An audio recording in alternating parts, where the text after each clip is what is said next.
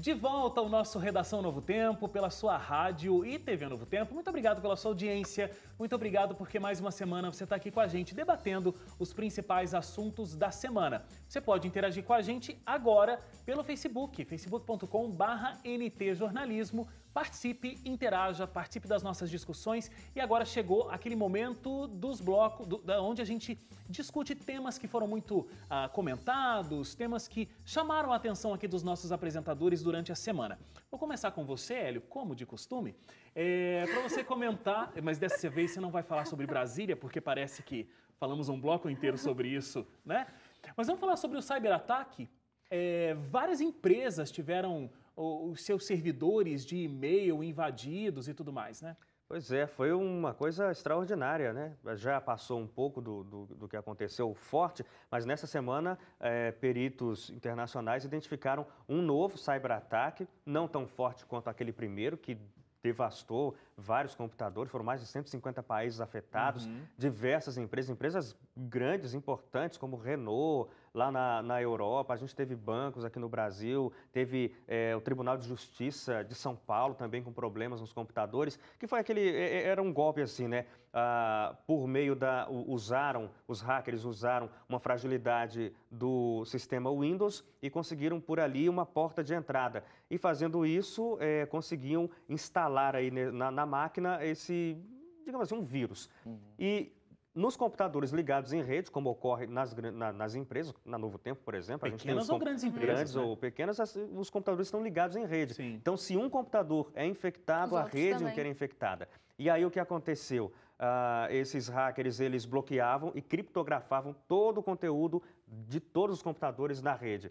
E para você ter acesso de novo, eles falavam, então paga aí Foi um sequestro, né? Você paga e a gente devolve para você.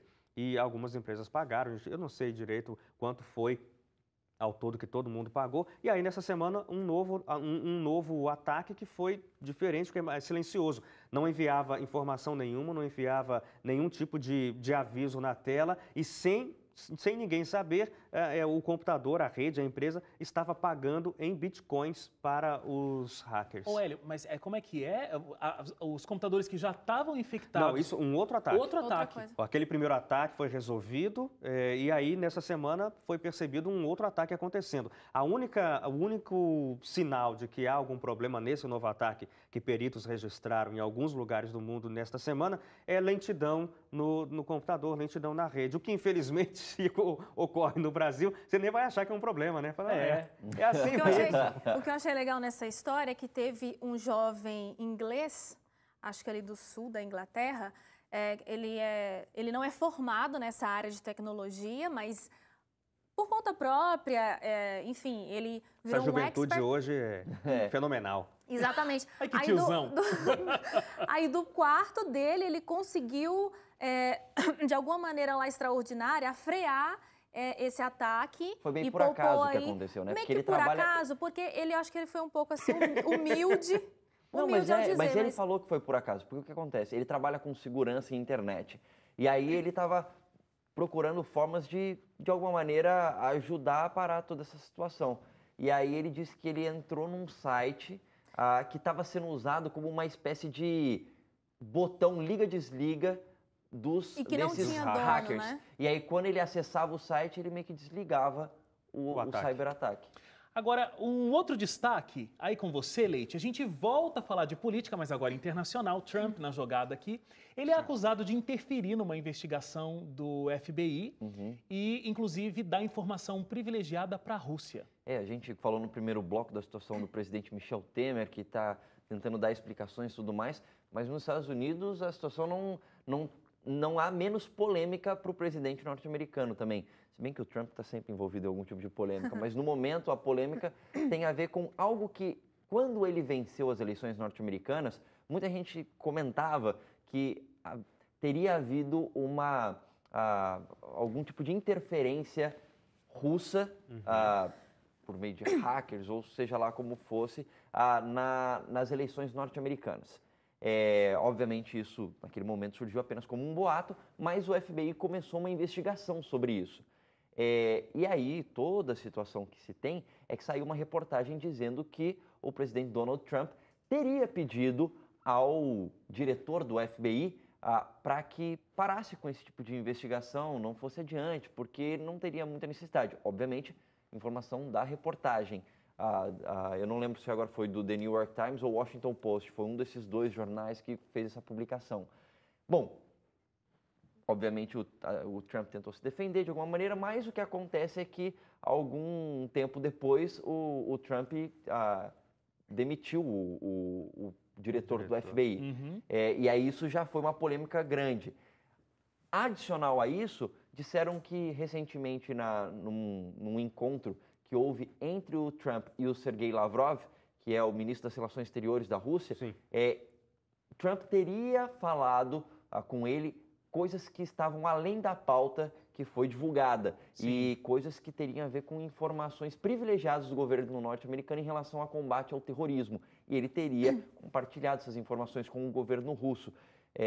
Então, você tem essa situação do governo russo interferindo de alguma maneira nas eleições norte-americanas em prol do Trump, obviamente, indícios, né, boatos e tudo mais, mas aí o diretor da FBI que estava investigando sobre isso é demitido, e aí você tem essa situação também dele compartilhar informações secretas com o governo russo, aí você tem o Trump envolvido numa série de polêmicas, numa aproximação considerada, no mínimo, não diria ilegal, mas meio suspeita com o governo russo. E aí tem gente pedindo, inclusive, impeachment do Trump lá nos Estados Unidos. Ele ia comentar alguma coisa? Não, eu ia comentar que quando o Trump demitiu o diretor da FBI, James Comey, a alegação foi de que a liderança não servia, mas há relatos, não há vídeos, inclusive, de encontros dele com o diretor da FBI, elogiando esse diretor quando o diretor estava conduzindo as investigações contra a Hillary Clinton, por conta do uso dos e-mails dela, né, pessoais.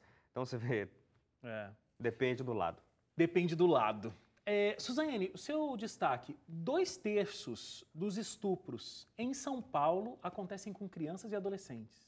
Exatamente. E, além disso, a notícia também traz uma revelação que houve esse aumento desde 2013, quando foi registrado um número de 1.016 ocorrências, e agora esse número, ano passado, né, do ano passado para esse ano, foi registrado uma alta aí. Lembrando que uma coisa que é importante a gente falar aqui, que essa conjunção carnal, como fala no artigo, que é menor de 14 anos, ela vale também para pessoas que por alguma condição de saúde física, mental, que não consiga aí se defender sozinha, também entra nesse processo. Outra coisa interessante que trouxe nessa pesquisa é que a maioria desses casos que tiveram essas ocorrências vieram de bairros pobres, que tinham um índice muito baixo ali de desenvolvimento humano.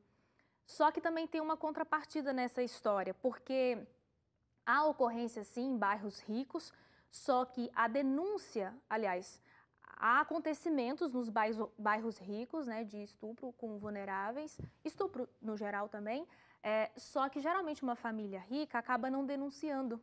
Acontece muito, inclusive, de ser dos próprios parentes, de dentro de casa, mas a ocorrência lá, o boletim registrado, acaba não acontecendo quando é família rica, né? Agora, e acaba sendo, os registros acabam vindo mais dos bairros pobres. E talvez por uma questão de que essas pessoas convivem ali com a criminalidade, com condições baixas, de repente não tem assim uma vida social que pudesse se sentir vergonha, não sei, né? Alguma coisa do gênero ali. Isso é nível Brasil ou é São Paulo? Não lembro agora. São Paulo. Estado, né? De São Paulo. Estado de São Paulo. Tá. Não é o que eu estava tentando lembrar. Inclusive, o Capão Redondo é um dos bairros que mais tiveram ocorrência no estado de São Paulo. Na cidade de São Paulo, aliás. Cidade de São Paulo. Na cidade de São Paulo. Muito triste, né? No próximo bloco, a gente vai fazer uma paradinha para o intervalo aqui. A gente vai falar sobre 2 extremos que afetam a saúde. De um lado, o sedentarismo, onde o Hélio Moura estava até a semana passada, por exemplo. Quem acompanhou Quem acompanhou aqui a abertura do programa sabe do que eu estou falando. E o excesso de exercícios físicos, que pode até provocar doenças graves nos rins, viu, Hélio? Mas eu tô pegando leve, pessoal. Tô pegando leve, Você disse que estava cansado. É porque assim, quando você fiz uma semana inteira, aí no sábado você não faz. Então os músculos sentem, né?